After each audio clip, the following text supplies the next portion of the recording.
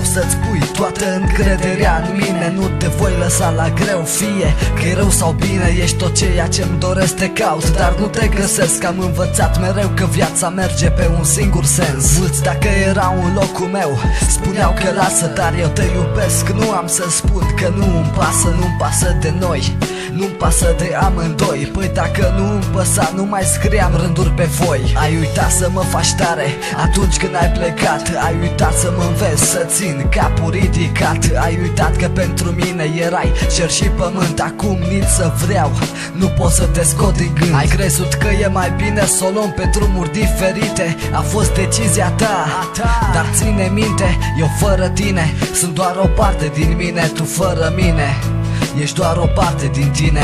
Într-o altă viață poate te voi regăsi. Poate că mai târziu n-o să mai fim ca doi copii. Mulți mi-au spus că timpul le rezolvă pe toate. Sper ca el să dea uitare la cele clipe spulberate. Într-o altă viață poate te voi regăsi. Poate că mai târziu n-o să mai fim ca doi copii. Mulți mi-au spus că timpul le rezolvă pe toate. Sper ca el să dea uitare la cele clipe spulberate. Nu pot să las acele clipe cu noi în spate. Nu pot să nu mă gândesc la tine atunci când ești departe. Nu pot fi fericit cu amintirea ta în pierd. N-am vrut să trăiesc cu gândul că poate am să te pierd. Clipele frumoase știi și tu nu vin singure, clipele dureroase țin cu zilele. După ploaie am învățat că vine furtună. Am învățat că iubirea nu câștig într-o săptămână. Nu pot trăi cu impresia că tu ai plecat. Nu pot scoate din minte acel clip minunat. Nu vreau, nu mă simt în stare. Poate că nu pot să înțeleg iubirea, eu o văd